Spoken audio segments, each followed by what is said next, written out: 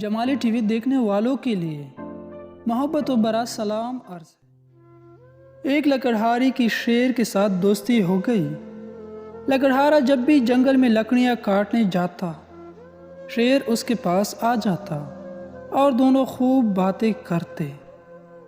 لکڑہارا بھی بغیر کسی خوف کے شیر کے پاس بیٹھا رہتا، کیونکہ اسے یقین تھا کہ شیر اسے کبھی نقصان نہیں پہنچائے گا۔ ایک دن ایک آدمی نے دونوں کو پاس بیٹھے دیکھ لیا۔ وہ بہت حیران ہوا۔ شیر کے جانے کے بعد اس نے لکڑہارے سے کہا کہ مجھے تمہاری عقل پر حیرت ہو رہی ہے کہ تم نے شیر کے پاس بیٹھے رہتے ہو، اگر اس نے تمہیں کوئی نقصان پہنچا دیا تو؟ لکڑہارے نے جواب دیا کہ شیر میرا دوست ہے اور مجھے اس پر اعتماد ہے کہ وہ کبھی مجھے نقصان نہیں پہنچائے گا۔ اس آدمی نے کہا کہ مان لیا تمہارا دوست ہے، لیکن یہ بھی تو دیکھو کہ وہ ایک درندہ ہے، اور تم کسی درندے پہ کیسے اعتبار کرتے ہو؟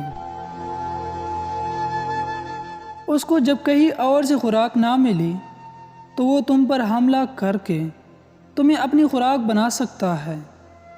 لکڑہارے نے کہا کہ بات تو تمہاری ٹھیک ہے، وہ ایک خونخوار درندہ تو ہے، چلو میں آئندہ سے اتحاد کروں گا۔ اتفاق سے لکڑہارے کی یہ بات شیر نے بھی سن لی۔ اسے بہت دکھ ہوا۔ اگلے دن جب وہ لکڑہارے سے ملا تو اسے کہا کہ میری کمر پر کلہاڑی کا ایک وار کرو۔ لکڑہارے نے حیرانی سے پوچھا، پاگل تو نہیں ہو گئے؟ میں تم پر کیوں وار کروں گا؟ لیکن شیر ضد کرتا رہا کہ نہیں، مجھ پر ایک وار کرو۔ مجبوراً لکڑہارے نے اس کی کمر پر کلہاڑی سے وار کر دیا۔ شیر کو کافی گہرا زخم آیا، لیکن وہ خاموش وہاں سے چلا گیا۔ اس واقعے کے بعد بھی شیر اسی لکڑہارے سے ملتا رہا اور اس کا زخم بھی آہستہ آہستہ بڑھتا رہا۔ جب زخم بالکل بھر گیا اور نشان بھی ختم ہو گیا تو اس نے لکڑہارے سے کہا کہ دیکھو، تم نے اپنی کلہاڑی سے مجھے جو زخم دیا تھا وہ بالکل بھر گیا ہے، اس کا نشان بھی باقی نہیں رہا۔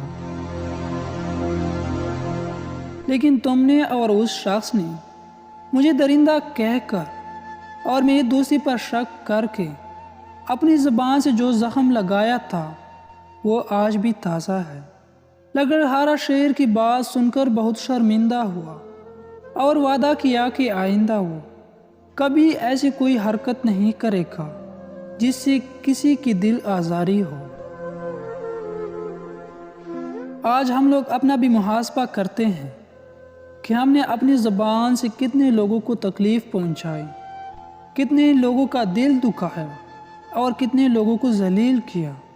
ہم تو کہہ کر بھول جاتے ہیں، لیکن بعض دفعہ ہمارے کہے ہوئے چند لفظ کسی کی زندگی تباہ کرنے کے لیے کافی ہوتے ہیں۔